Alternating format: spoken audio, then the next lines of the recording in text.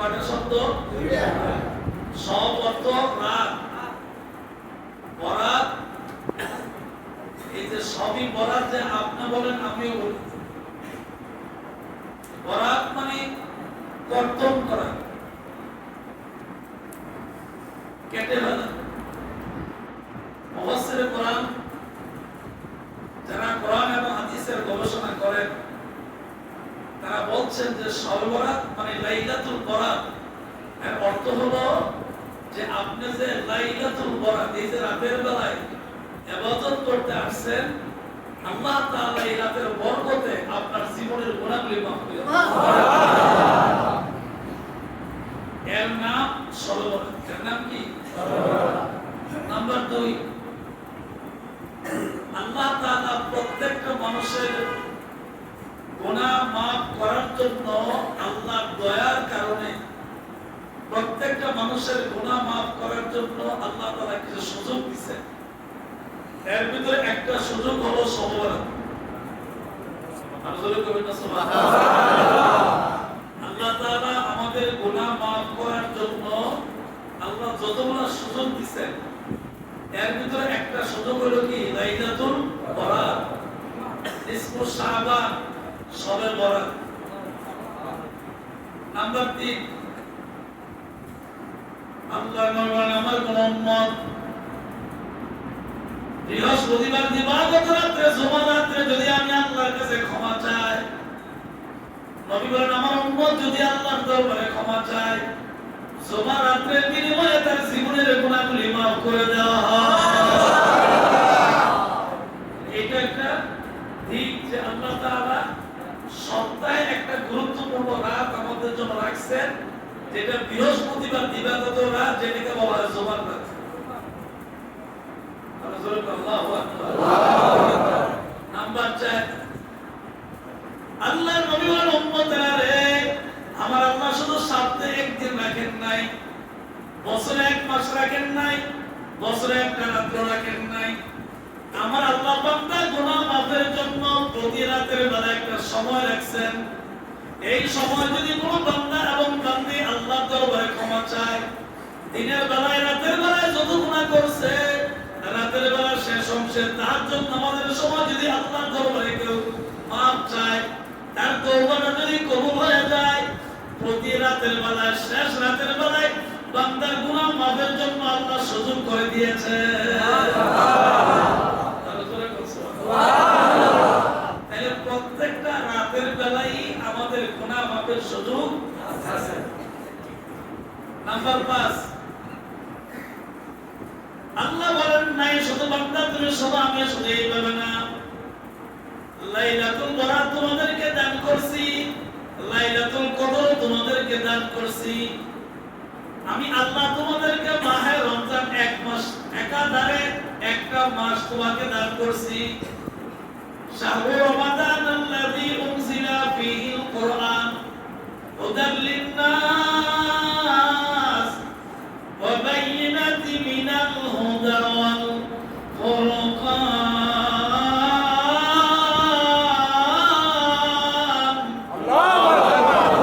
আল্লাহ বলেন শুধু তাই নয়, আমি আল্লাহ প্রত্যেকটা মানুষকে আমি আল্লাহর দরবারে গুনাহ মাফ চাওয়ার জন্য আমি সুযোগ দিছি। বান্দা যদি আমার কাছে গুনাহ মাফ না চাইতে পারে, তাহলে তার কপাল খারাপ। ঠিক নেই? ঠিক। তাইলে যারা শবে বরাতের রাতে ইবাদত করতে পারলো না, তাদের কপাল কি ভালো? কপাল খারাপ। যারা ইবাদত করতে আপনারা আসছেন, আপনাদের কপাল ভালো। যারা যাই না বুঝে ইবাদত করতে পারে নাই, অসুস্থ, বিপদ, এটা আলাদা কথা। এটা ওজর। ওজরের সঙ্গে কোনো কোরআন হাদিসের কোনো দরদবস্তি নাই। কোরআন হাদিস কাউকে জোর করে ইবাদত করায় না, কোরআন হাদিস কাউকে জোরপূর্বক কোনো কাজ করায় না। বান্দা যখন সুযোগ পাবে তখন আল্লাহকে ডাকবে, বান্দা যখন সুযোগ পাবে তখন আল্লাহর নিকট তওবা করবে, বান্দা যখন সুযোগ পাবে আল্লাহর রাস্তায় দান করবে, বান্দা যখন সুযোগ পাবে মানুষের সঙ্গে ভালো ব্যবহার করবে। ঠিক নেই? ঠিক। বান্দা যখনই সুযোগ পাবে তখন সে ইবাদত করবে। শুধু আল্লাহু আকবার তাকবীর তাহরিমা বেদে নামাজ পড়ার নাম শুধু ইবাদত নয়, দান করার নাম শুধু ইবাদত নয়। আল্লাহ পাক বলেন আমার বান্দা বান্দি 24টা ঘন্টা ইবাদত সে করে যদি আমি আল্লাহর হুকুম মানে। কি মানে? জোরে বল, কি মানে? বেলাল সাহেব ভিতরে নাস্তা কোনো কম, বাইরে সালাম অনেক বেশি, তাই না? আপনাদের মধ্যে এই বসটা সালাম যাক আল্লাহ কবুল করুন, বলেন আমিন। আল্লাহ বলেন শুধু তাই না, আমি আল্লাহ তোমাদেরকে একটা মাস একাধারে 1 মাস তোমাদেরকে গুনাহ মাফের জন্য দান করলাম।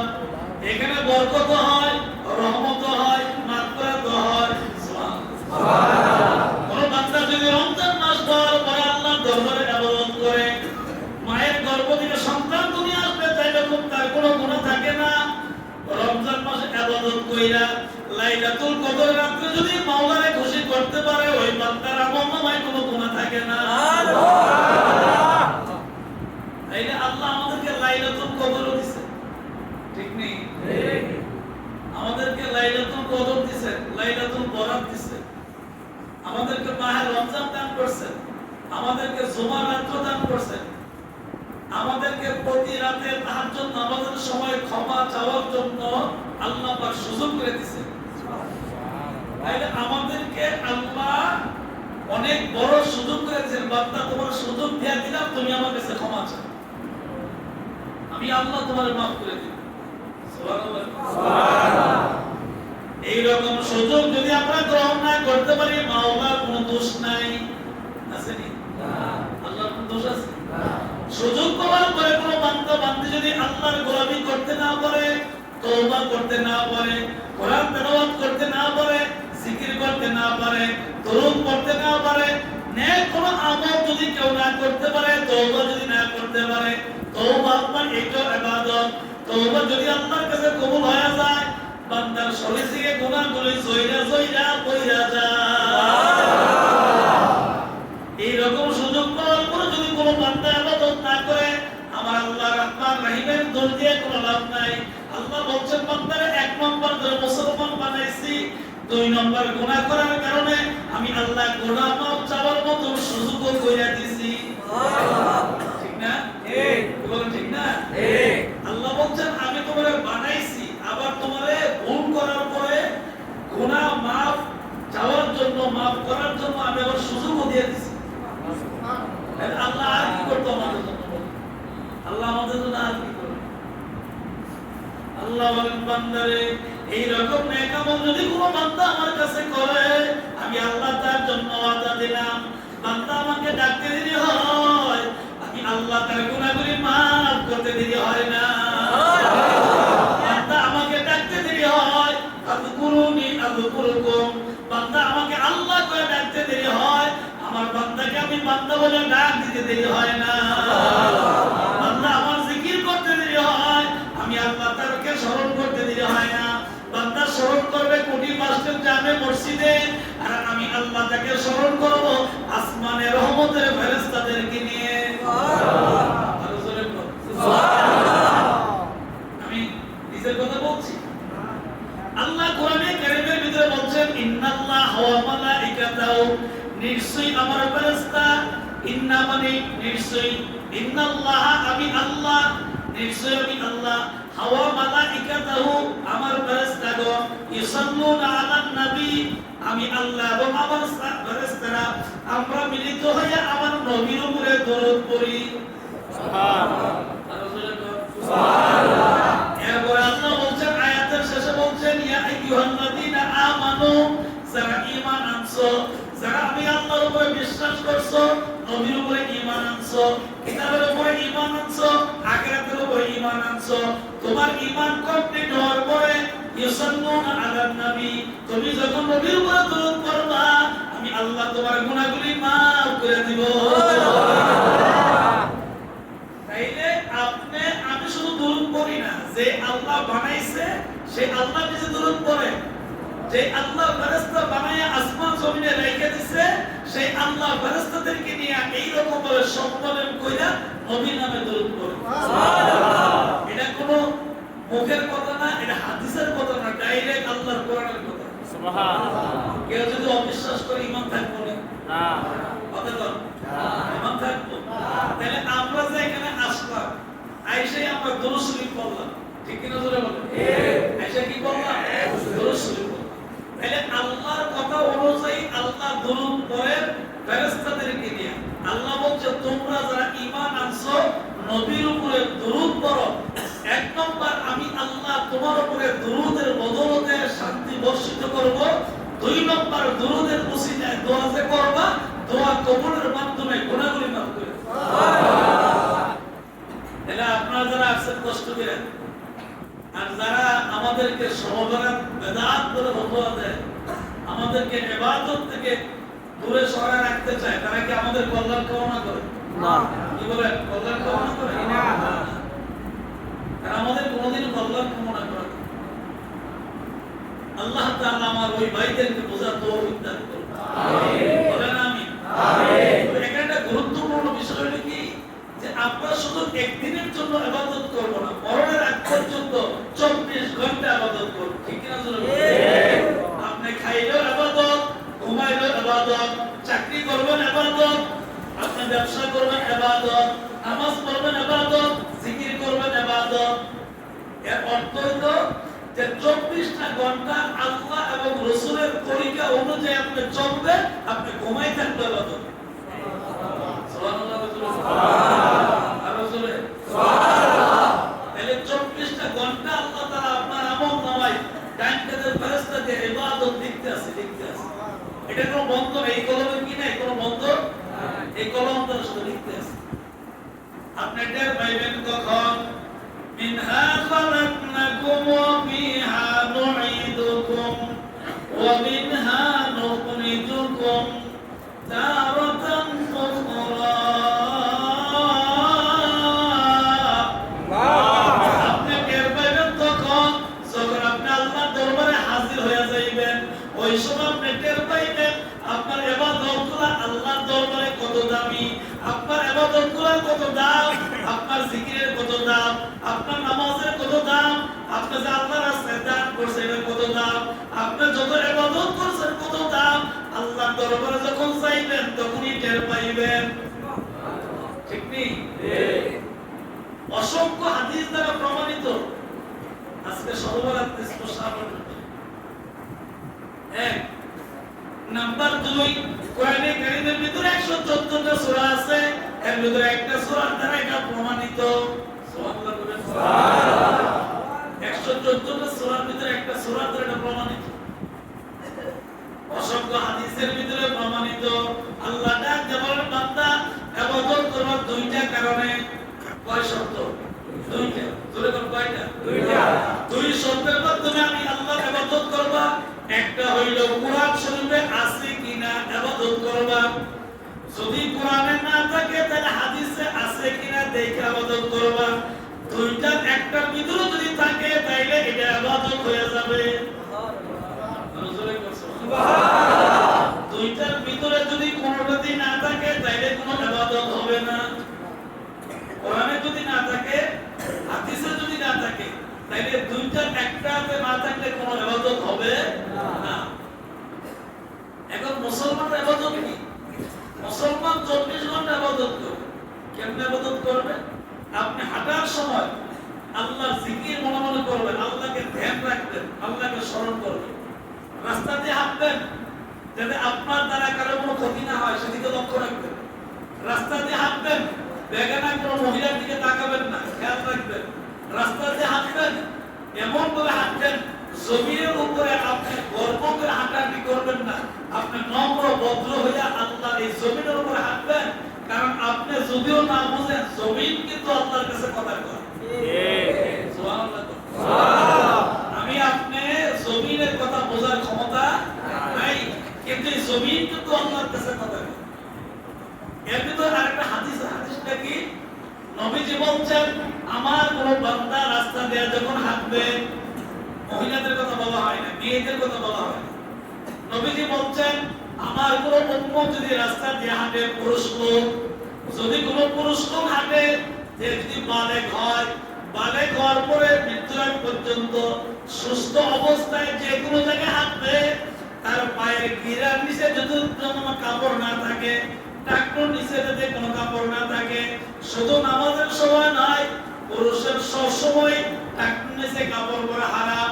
এক নাম্বার। দুই নবী বলেন, যদি আল্লাহর এই জমিন দেখে হাইটা যায়, হাঁটার সময় যদি তার টাকনুর নিচে কাপড় পরে, ফেরেশতা বলেন ওই আল্লাহর বান্দা মনের ভিতরে অহংকার হিংসা নিয়ে দুনিয়ার জমিন হাঁটে, তখন জমিন মাটি আল্লাহর কাছে বিচার দেয়। জমিন বলে, আল্লাহ তুমি ওনারও বানাইছো, আমারও বানাইছো, কিন্তু সে আমার উপরে গর্ব করে হাঁটাহাঁটি করে। গর্ব করার ক্ষমতা কোনো মানুষের নাই। গর্ব করার ক্ষমতা একমাত্র একজন, তার নাম হলো আল্লাহ।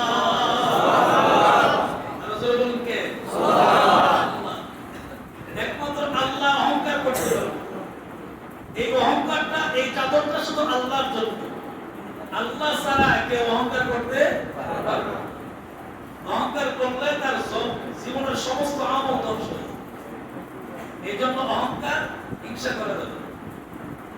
জমিন আল্লাহর কাছে কথা বলে, আল্লাহ বলেন বান্দারে জমিন আমি আল্লাহর কাছে কথা বলে, এই জমিনের উপরে দিয়া যখন তুমি হাতটা মনে মনে তাসবিহুল্লাহ পড়বে, সুবহানাল্লাহ ওয়ালহামদুলিল্লাহ লা ইলাহা ইল্লাল্লাহ, কইলা সুবহানাল্লাহ ওয়ালহামদুলিল্লাহ লা ইলাহা ইল্লাল্লাহ। বাকির গানে গানে হাওয়ার তানে তানে ওই নামের সুর শোনা যায়, ওই নামের সুর শোনা যায়, হবে পাগল পারা। সুবহানাল্লাহ আলহামদুলিল্লাহ লা ইলাহা ইল্লাল্লাহ। জবান খুলে বলেন সুবহানাল্লাহ আলহামদুলিল্লাহ লা ইলাহা ইল্লাল্লাহ। সুবহানাল্লাহ আলহামদুলিল্লাহ লা ইলাহা ইল্লাল্লাহ। সুবহানাল্লাহ আলহামদুলিল্লাহ লা ইলাহা ইল্লাল্লাহ। আসমান জমিন গায়রুল্লাহ, চন্দ্র সূর্য গায়রুল্লাহ, শুধু তুমি মাবুদ এক আল্লাহ। সুবহানাল্লাহ আলহামদুলিল্লাহ লা ইলাহা ইল্লাল্লাহ। কইলা সুবহানাল্লাহ আলহামদুলিল্লাহ লা ইলাহা ইল্লাল্লাহ। লা ইলাহা ইল্লাল্লাহ মুহাম্মাদুর রাসূলুল্লাহ সাল্লাল্লাহু আলাইহি ওয়াসাল্লাম। সুবহানাল্লাহ। আমিন। আমার কথা বুঝতে আপনাদের কোনো কষ্ট হয় না? মাহফিলে হয়তো মাইক বেশি থাকে, আমাদের বলতে সহজ হয়, মানুষের শব্দ সহজ হয়। একটু কষ্ট করে ধৈর্য ধরে শুনবেন।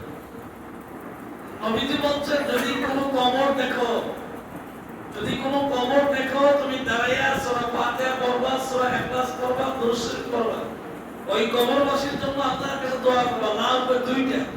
এক নম্বর লাভ, কবরে যিনি থাকবেন ওনার গুনাহগুলি মাফ হবে। সুবহানাল্লাহ। এক নম্বর লাভ, কবরে যিনি থাকবে ওনার গুনাহগুলি মাফ হবে। দুই নম্বর, যে ব্যক্তি কবরের পাশে দাঁড়াইয়া জিয়ারত করবে, দোয়া করবে, তার গুনাহগুলিও মাফ হবে। তিন নম্বর হলো, যিনি দাঁড়াইয়া দোয়া করলেন, ওই ব্যক্তির অন্তরের ভিতরে আখিরাতের কথা স্মরণ হবে। সুবহানাল্লাহ। লাভ কয়টা? তিনটা। সুরেকন কয়টা? তিনটা। এক নম্বর লাভ, কবরবাসীর আযাব মাফ হবে, গুনাহ মাফ হবে। দুই নম্বর, যিনি দোয়া করবেন, জিয়ারত করবেন, ওনার গুনাহ মাফ হবে। তিন নম্বর, যিনি জিয়ারত করবেন, ওনার দিলের ভিতরে, মনের ভিতরে, দিলের ভিতরে আখিরাতের কথা মনে হবে।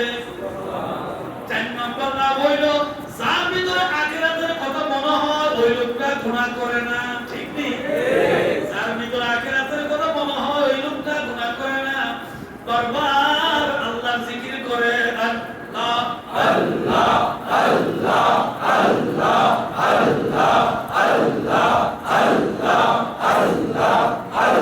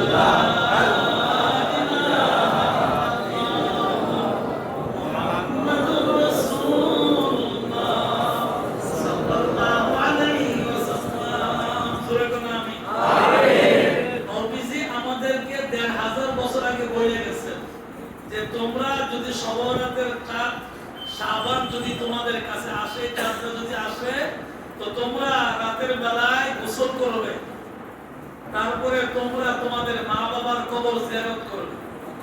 এটা নবীজি নিজে বলে গেছেন এবং নবীজি নিজে জিয়ারত করছেন। সুবহানাল্লাহ। তাহলে নবীজি যে আমলটা করে গেছে এটা আমাদের দরকার আছে কি?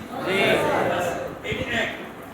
নাম্বার 2, আল্লাহ নবীর রাতের বেলায় মধ্যরাতের বেলায় রাত্রে যখন মধ্যরাত্র হয়ে যায় আল্লাহ নবী আস্তে করে ঘর থেকে উঠে বিছানা থেকে বের হইয়া জান্নাতুল বাকির ভিতরে চলে গেছেন। জান্নাতুল বাকির ভিতরে নবীজি আল্লাহ দরবারে দুই হাত তুলে দোয়া করে, আল্লাহ জান্নাতুল বাকির ভিতরে যারা শুয়ে রয়েছে তাদেরকে তুমি মাফ করে দাও। সুবহানাল্লাহ। আর জোরে সুবহানাল্লাহ। তাহলে নবীজি কবর জিয়ারত করছেন কোথায়? জান্নাতুল বাকি। অবশ্য জান্নাতুল বাকিতে যারা শুয়েছেন তাদেরকে আল্লাহ এমনি মাফ করে দেন। সুবহানাল্লাহ। আর জোরে সুবহানাল্লাহ। মসজিদে নববী নবীজির রওজার পাশে দক্ষিণ পাশে জান্নাতুল বাকি। এই জান্নাতুল বাকির এত দাম, জান্নাতুল বাকিতে যদি কোনো বান্দা শুয়ে যায় আমার আল্লাহ জান্নাতুল বাকির বরকতে ওই বান্দার কবরে আযাব আল্লাহ পাক মাফ করে দেন। সুবহানাল্লাহ। নাম্বার 2, জান্নাতুল বাকিতে প্রতিদিন হাজার হাজার লক্ষ লক্ষ হাজী সাহেবরা আল্লাহর দরবারে দোয়া করে। ঠিক নেই? তো সেই জায়গায় দোয়া করলে দোয়া কবুল হয়। এর ভিতরে একটা দোয়া কবুলের জায়গা জান্নাতুল বাকি। জান্নাতুল বাকিতে আপনি দাঁড়িয়ে দোয়া করবেন, আল্লাহ জান্নাতুল বাকি মদিনার রওজার খাতিরে নবীজির ওসিলায় নবীজির বরকতে জান্নাতুল বাকির কবরবাসীরা আল্লাহ মাফ করে দিবেন। সুবহানাল্লাহ। নবীজি নিজে দোয়া করছেন। রাত্র যখন গভীর হয়ে গেল হঠাৎ করে আমাদের আম্মা উম্মুল মুমিনিন আয়েশা সিদ্দিকা রাদিয়াল্লাহু তাআলা উনি আস্তে করে ঘুম থেকে উঠলেন। ওইটা থেকে নবীজির পাশে বিছানার ভিতরে নাই। উনি ওনার স্বামীকে তালাশ করার জন্য অনেক চেষ্টা করলেন, পাই না খুঁজে। হঠাৎ করে দক্ষিণ দিকে তাকিয়ে দেখলেন জান্নাতুল বাকিতে দেখা যায়। কারণ নবীজির শরীরের ভিতরে কেমন মন ছিল, নবীজি যদি অন্ধকার রাতের বেলা হাঁটতেন নবীজির নূরে নবীজির চতুর্দিক আলোকিত হয়ে যাইত। সুবহানাল্লাহ। নবীজির গায়ে এত নূর ছিল যে নবীজি যদি রাতের বেলা হাঁটতেন দিনের বেলার চেয়ে রাতের বেলা নূরের জ্যোতি নূরের পাওয়ার আরো বেড়ে যেত। সুবহানাল্লাহ। আমাদের আম্মা সকল মুসলমানদের মা উম্মুল মুমিনিন আয়েশা সিদ্দিকা রাদিয়াল্লাহু তাআলা বলেন, আমি জান্নাতুল বাকির ভিতরে গেলাম, তাকে দেখি নবীজি আল্লাহর দরবারে দুই হাত তুলে দোয়া করতেছে, আল্লাহ জান্নাতুল বাকিতে যারা শুয়ে রয়েছে তাদেরকে তুমি মাফ করে দাও। নবীজির বিবি আমাদের মা আস্তে করে ডাক দিছে, ইয়া রাসূলুল্লাহ। নবী তাকাইছে। আমাদের আম্মা জিজ্ঞাসা করছে, নবী কিন্তু আমাদের রূহানি পিতা, এটা জানেননি? আদম আলাইহিস সালাম আমাদের আদি পিতা, ইব্রাহিম আলাইহিস সালাম আমাদের জাতির পিতা, মুহাম্মদ রাসূলুল্লাহ সাল্লাল্লাহু আলাইহি ওয়াসাল্লাম আমাদের রূহানি পিতা। আর আমারা যারা জন্ম দিয়েছেন, আপনাকে যারা জন্ম দিয়েছেন এটা জন্মদাতা পিতা। সুবহানাল্লাহ। সুবহানাল্লাহ। এরকম ভাবে পিতার আলাদা আলাদা স্তর আছে, আছে না নাই? আছে। আলাদা আলাদা স্তর আছে। আমাদের রূহানি পিতাকে আমাদের আম্মা জিজ্ঞাসা করে, ইয়া রাসূলুল্লাহ, ও আমার প্রাণের স্বামী। উনি তো একদিক দিয়ে স্বামী আর একদিক দিয়ে রাসূল। ইয়া রাসূলুল্লাহ, আমার কাছে বললেন না আপনি বিছানা থেকে চলে আসলেন? আমি তো খুব চিন্তিত, খুব পেরেশানির ভিতরে পড়ে গেছি। আমি চোখ খুলে দেখি আপনি আমার বিছানার পাশে নাই।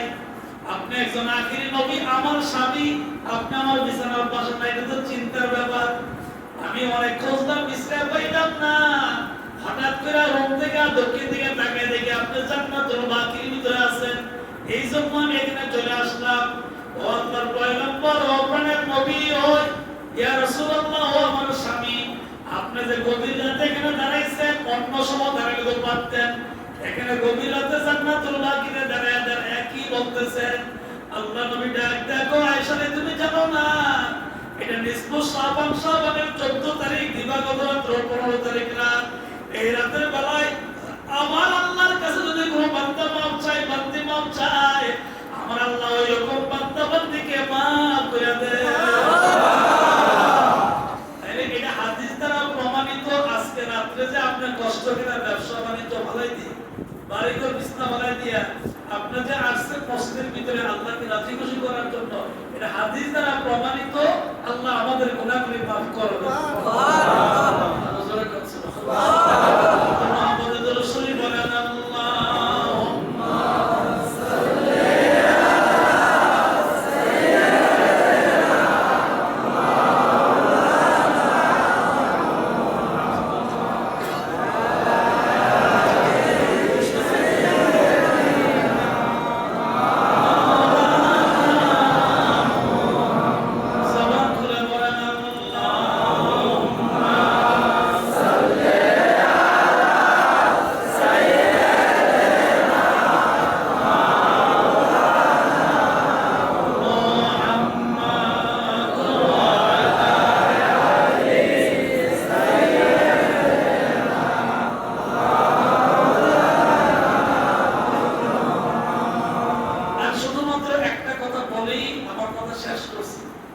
শুধু জান্নাতুল বাকিতে কবরবাসের সামনে নবীজি দাঁড়ায় দোয়া করতেন শুধু তা না, সেই উহুদের ময়দানে নবীজি দাঁতনা মুবারক, ওনার মুখের জবানের এই দাঁত মুবারক, ডান পাশে যে দুইটা দাঁত শহীদ হয়েছিলেন, উনি ওই উহুদের ময়দানে গিয়েও প্রতি বছর কমপক্ষে একবার হলে গিয়ে দোয়া করতেন। সুবহানাল্লাহ। কেন দোয়া করতেন? উহুদের ময়দানে যারা শহীদ হয়েছিলেন, এই শহীদদের জন্য নবীজি দোয়া করতেন। নাম্বার 2, এখানে খেয়াল করবেন, কথাগুলো ওজন আছে। নাম্বার 2 খেয়াল করবেন, কোরআন এবং হাদিসের মধ্যে স্পষ্ট আছে, আল্লাহর কোন বান্দা বান্দি যদি ইসলামের জন্য জিহাদ করে আর ওই জিহাদে যদি সে মারা যায়, আল্লাহ তাকে শহীদ হিসেবে কবুল করেন। সুবহানাল্লাহ। নাম্বার 3, যারা ইসলামের যুদ্ধ করতে যায় নবীর আমলে শহীদ হইছে, ওই শহীদদেরকে আল্লাহ বিনা হিসাবে জান্নাত দেন। সুবহানাল্লাহ।